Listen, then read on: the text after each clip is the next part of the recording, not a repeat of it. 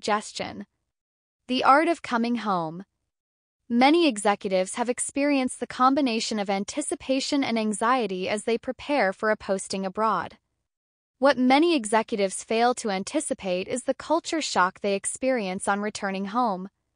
Cross-cultural specialist Craig Storty addresses these experiences in a clearly written book called The Art of Coming Home. Home is a foreign country. Anyone who has lived abroad for any amount of time, even as short as 1 year, will understand the adjustment that coming home requires. While you may recognize some of the features of home, you will find others surprising, offensive, and even shocking, explains Storty in The Art of Coming Home. The reason: when people find themselves in a foreign country, they gradually establish a few routines to make their lives more predictable and controllable. As this process occurs, Storty writes, you begin to get used to more and more of the unusual behaviors and living conditions you find around you. In the case of the behaviors, you even start to adopt a few. Successful re-entry. What happens then when you come home? Storty continues.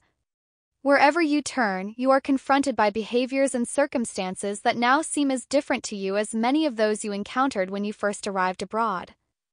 One of the keys to successful re-entry, explains Storty, is to adjust your attitudes and expectations. In other words, be ready to be surprised. Storty also shows what friends and family can do for returning expatriate.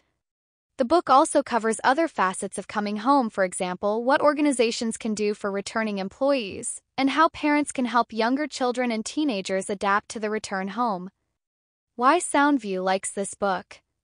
The Art of Coming Home is typical of the titles published by Intercultural Press, a small Maine publisher that specializes in authoritative how-to guides on cross-cultural relations. Any person facing the prospect of coming home from abroad would do well to start with this title.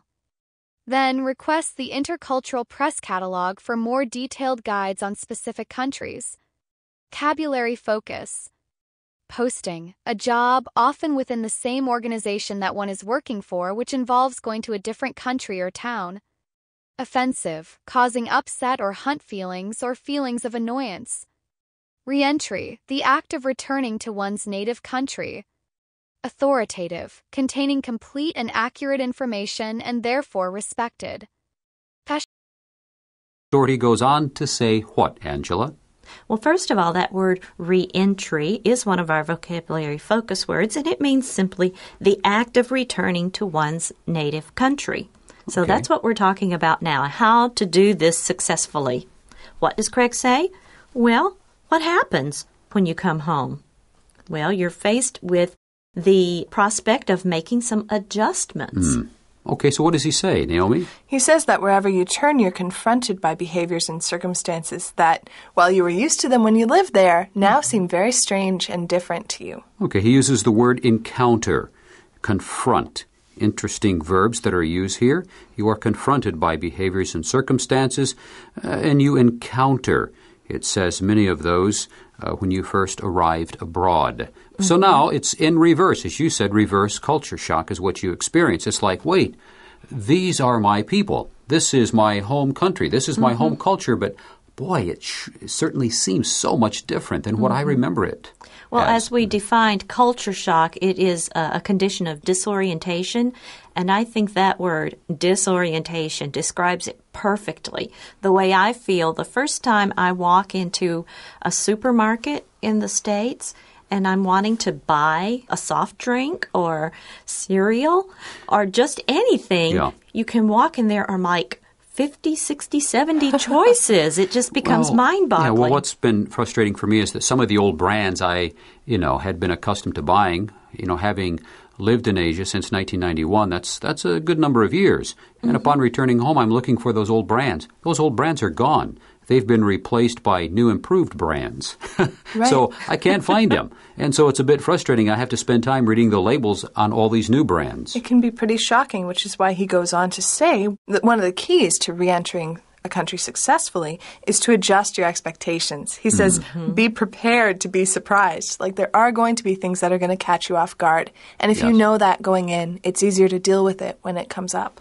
It is. And so some of the kindness, the kind ways in which we find ourselves treated here in Asia isn't always the same way you'll be treated back home. Now, you might expect that, even anticipate that, but when it actually happens, you have to adjust your attitude because you might feel hurt. You might feel put off or put out. So you need to adjust your attitudes. For most of the people we encounter in our home culture, they've never lived abroad, so they don't understand what it's like to be an expatriate. That's one of the words he uses here. An expatriate is someone who moves away from their native country and adopts a new resident abroad. For short, we call these people expats. Right. Exactly. Now, they've also changed that word. They're also calling us internationals. There you go.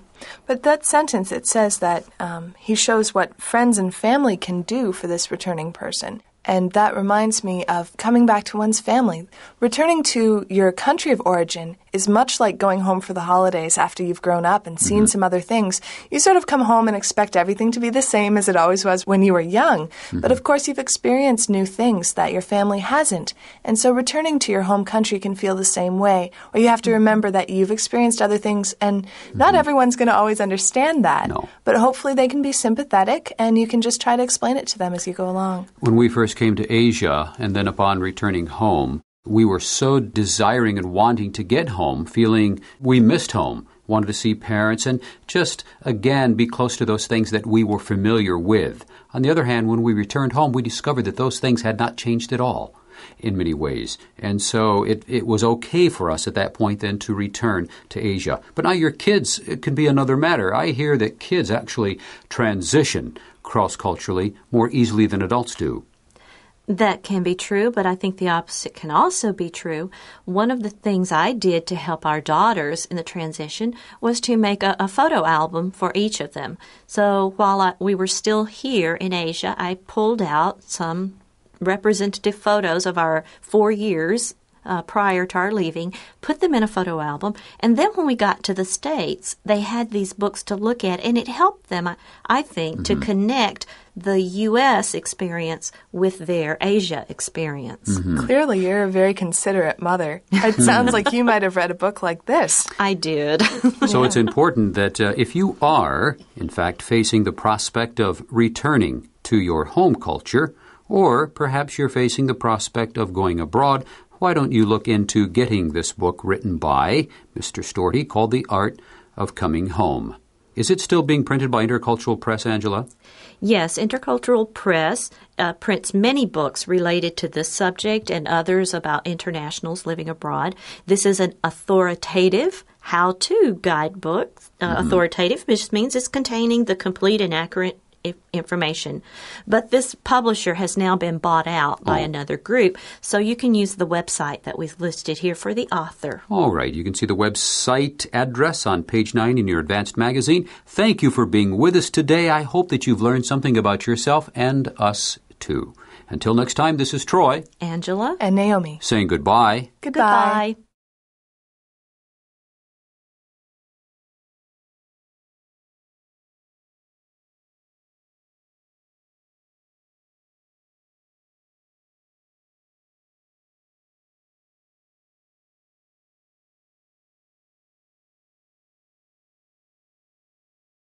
Hi, everyone, and welcome to Advanced Studio Classroom. My name is Troy, and today we're looking at what happens to a person when, after having lived overseas for a period of time, then they return to their home culture and the kind of shock that they experience in that transition. And today here at Advance, I have two wonderful ladies with us to share and to talk about the program. First is my wife, Angela. Hi, dear. Hello, Troy. Happy April Fool's Day, by the way. Well, that's right. It is April 1st, but we're not going to play No. a trick or a joke on our listeners. We're not going to play any April Fool's joke. I'm glad to be here because, as you know, and I'm sure some of our listeners know, this is the art of coming home, that is going back home, is something that we have experienced with our family. We call that returning to your home culture. When you live overseas, you are living in your host culture. But when you return home, it's returning to your home culture. And sometimes the transition, the shock that people feel can be quite quite great. Also with us on the program to share today's lesson is Naomi. Hi, Naomi. Hi, Troy. And I just wanted to say that I've only visited home for a couple of weeks since I've been here in Asia for quite a while. And it was just the little things that struck me when I was there. It was only for a couple of weeks. But, the money looked so strange to me, and the buildings and the roads looked so big, and just those little things that feel natural when you're in the middle of them, suddenly when you're re-encountering them can be very shocking. My wife and I first came to Asia in 1991, and so it has been our experience in returning home to know or to sense the disorientation that people often feel. And when you talk to people and they look at you in strange ways, and it's as though you don't understand what they do. And I remember returning home one time and noticing that there were black and white was kind of the chic color. Everybody was getting something in black and white, and it had to do with cows. There was this huge surge of popular artifacts or things that people would buy related to cows and anything that was black and white. And I just didn't get it for the longest time until I talked to my sister. And I really felt out of the loop, we say. Well, why don't we begin with today's lesson? Then we will read on page 8 in your advanced magazine into column 2, line 16.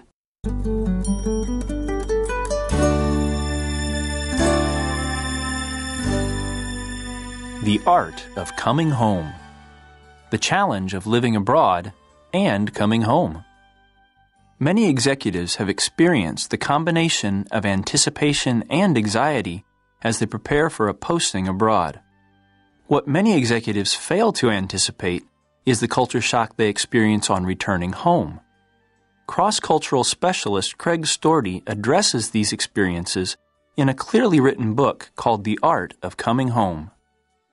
Home as a foreign country.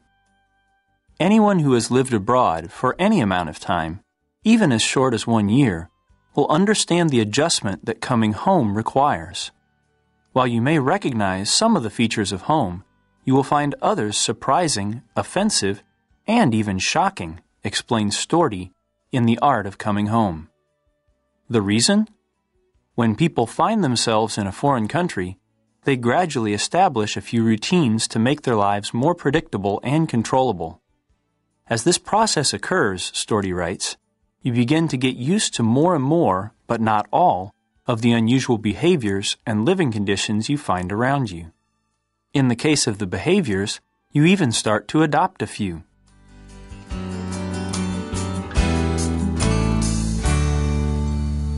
Advanced Studio Classroom, we are on page 8 in the magazine. This is, Angela, an executive book summary.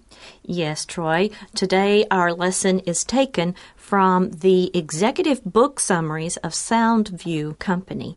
So what we have here is actually an unedited book review. That's what we'll be talking about. Okay, so the art. It is an art when you return to your home culture, leaving your host culture and return to your home culture. There is an art in making an adjustment. Right, and they're not talking about art like the art you hang on a wall. They're talking about the way that you do something well. Yes, and it is a combination of anticipation and anxiety as you leave your home culture and go overseas. It says here for a posting abroad. Well, the word posting is not really commonly used, but it does say, usually we would say an assignment. Right. But in this sense, the posting does mean a job. Sure. So executives often receive overseas assignments, and they will go into or move into their new post. And so a posting, for instance, could be like an army posting. If you're with a different organization and they want to send you to a new country, they might say, this is a new posting for you to go and work there. All right. It's one of our vocab focus words. You can read it there at the bottom. It says a job often within the same organization that one is working for, which involves going to a different country or town. Well, executives who are asked by their company to move or to live internationally they commonly experience this, and they understand what this means. Well, they are usually given orientation sessions. Even before they leave, they will be given what they call pre-posting orientation, which prepares them for making adjustments in their new culture. But then what many executives fail to realize is that they also need this kind of help for going back home. Sure. And so when they do return home, they experience culture shock. And culture shock is something that Angela and I both, in returning to the United States from Asia, have felt many times over. And it's interesting they don't use the words cultural adjustment here, but culture shock, because it is a shock. And this word is a little more intense. Right. Our definition says a condition of disorientation affecting someone who is suddenly exposed to an unfamiliar culture, a way of life, or a set of attitudes. Now, it's interesting that they do use it for somewhere you're returning to, because I think there are certain things about a culture that we're very aware of, for instance, language or food. But there are little habits and attitudes that you don't remember are different sometimes. That's true. So you'll suddenly encounter them, and it will shock you. And cultures change over time, don't they, Naomi? Absolutely. So even when you are returning, in our case, to the United States, you experience culture shock, and you experience it too in Asia when you move here for the first time. Quite often, this kind of culture shock, the kind going back home, is called reverse culture shock. Okay, so you experience that then in both ways, when entering your host culture and returning to your home culture. Well, cross-cultural specialist Craig Storty addresses these experiences then in his book called The Art of Coming Home, which is what today's lesson is about. It's an executive book summary that we've written here. It's unedited. It's complete.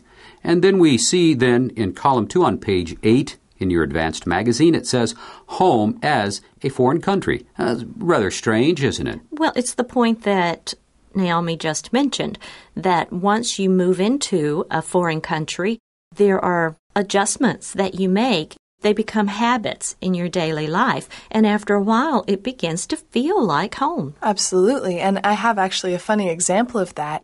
The other day, I was spending some time with 2 Americans, one of whom had been living in Taipei for quite some time, and the other of whom was just visiting. And the one who had been living here said, "Oh, let me pay for that." And the visitor immediately said, "Oh, thank you very much." And that would never happen where we're living. I mean, people fight over bills and they say, "Oh, no, let me," and you always expect a struggle. And so it was funny to see an American taking on that behavior.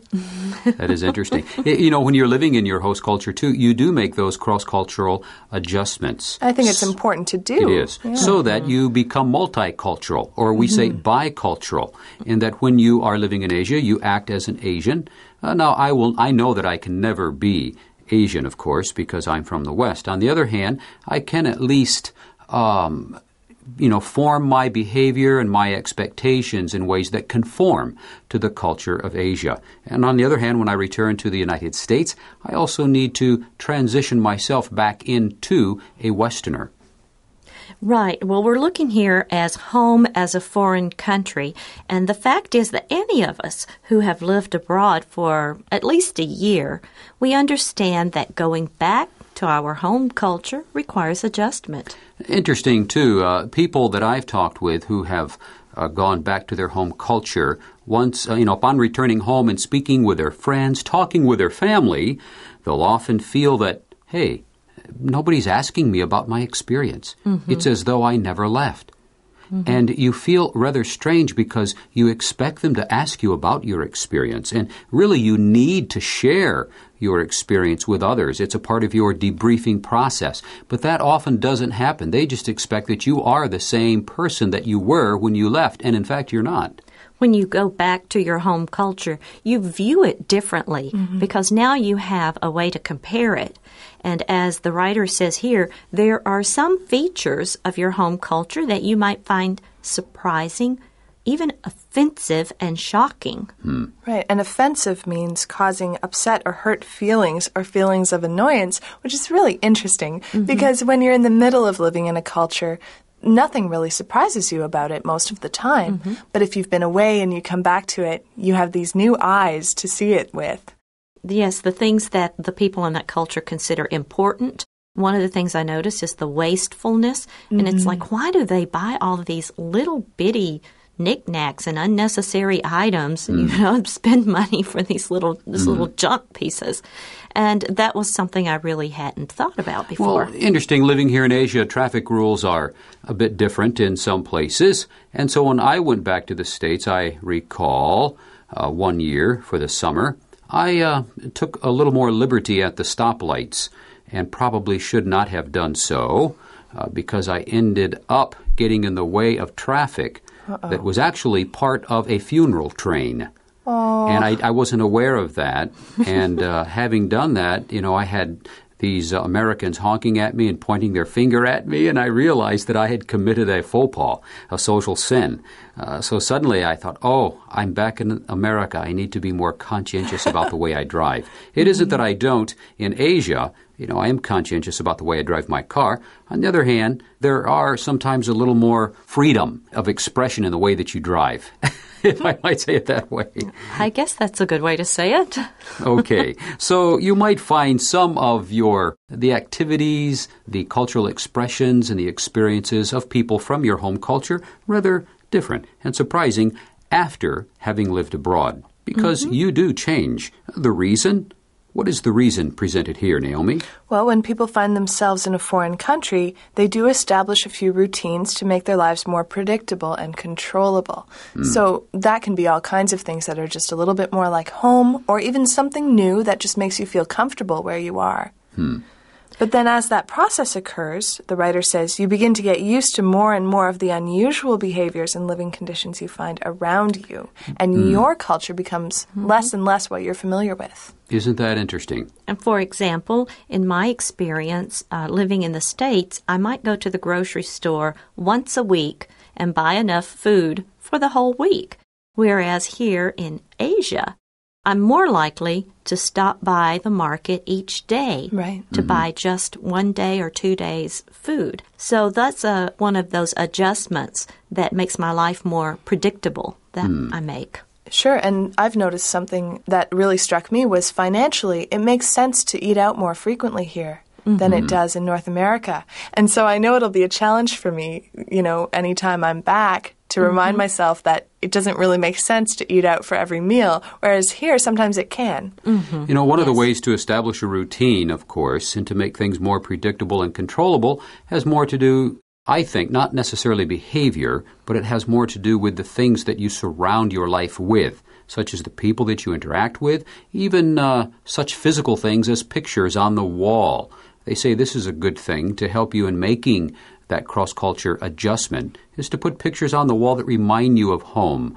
And there's another thing I think that we practiced that really helped us, and that is to retain or maintain your family traditions. The very same things you did in the United States, in our case, are the very same things we continue to do here in Asia, to keep those family traditions. So that helps to maintain some sense of control or predictability in your life. Sure, we have an article later this month about Starbucks being in Asia, and for me that's been helpful as I got used to life here to say, once every other week or so, I can go for a coffee at Starbucks like I always did in Canada, and that's okay.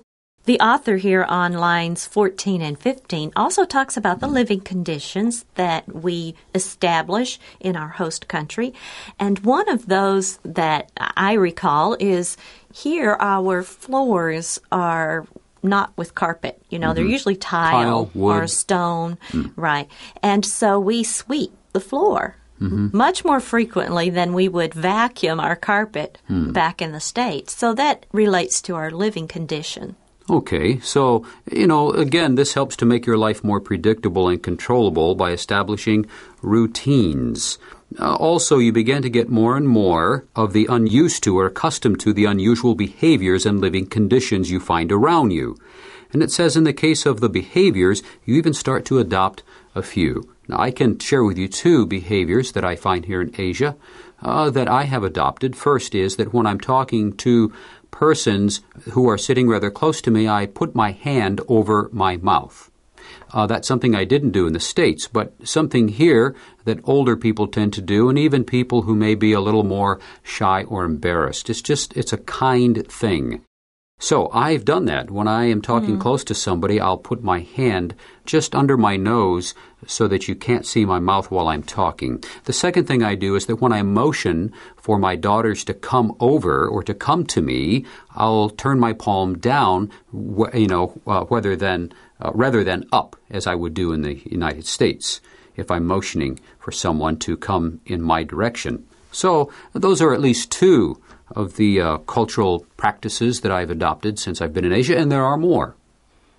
Chopsticks. I never used to eat with chopsticks on a regular basis, but here I absolutely do. And it's funny, my style, I feel like my personal style has been affected somewhat too. I got a haircut, and I feel just more like I'm Asian now because it's the haircut I see on so many people here. Isn't that interesting? Yes, and those are examples of how our living in a different culture affect us. I had thought of the one of motioning for our daughters. I also have adopted that. And it just seems so natural now that when I go back to the U.S., I still automatically, with my palm down, will motion for my daughters to come. And also, while I continue to shake hands, and that's a warm part of me. That when I reach out to shake someone's hand, I'm not doing it aggressively, I'm doing it in a very warm way. And for me, it's a means of friendship. It's a signal of friendship with the other person. However, it isn't always received the same way by everyone, so I also bow too. I don't bow deeply, but I will at least give a slight, what we would call genuflection, in some way acknowledging the other person and giving them some honor and respect. I've noticed I've started to pick that up as well. Just a little bit of a bow, a little bit of a head nod when I meet people. It's just more polite here. And I can't imagine what I'll look like when I'm home and meeting new people and they say, "Why are you bowing?" One of the things, though, I haven't picked up that I wish I had is carrying my name cards. I forget to carry my name cards all the time. Well, I keep mine in my wallet so that if I need them at any time, I can pull them out. And then in all of my suit jackets at home, I have name cards in all of my jackets so that they're always there when I'm wearing a jacket, just in case I forget. Well, now let's read the second half of today's lesson. On page 8 in your advanced magazine, this section begins with Successful Reentry.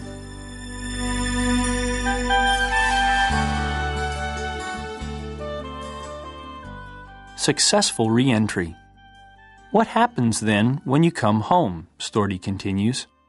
Wherever you turn, you are confronted by behaviors and circumstances that now seem as different to you as many of those you encountered when you first arrived abroad. One of the keys to successful reentry, explains Storti, is to adjust your attitudes and expectations. In other words, be ready to be surprised. Storti also shows what friends and family can do for the returning expatriate. The book also covers other facets of coming home. For example, what organizations can do for returning employees, and how parents can help younger children and teenagers adapt to the return home. Why Soundview likes this book. The Art of Coming Home is typical of the titles published by Intercultural Press, a small Maine publisher that specializes in authoritative how-to guides on cross-cultural relations. Any person facing the prospect of coming home from abroad would do well to start with this title. Then request the Intercultural Press catalog for more detailed guides on specific countries.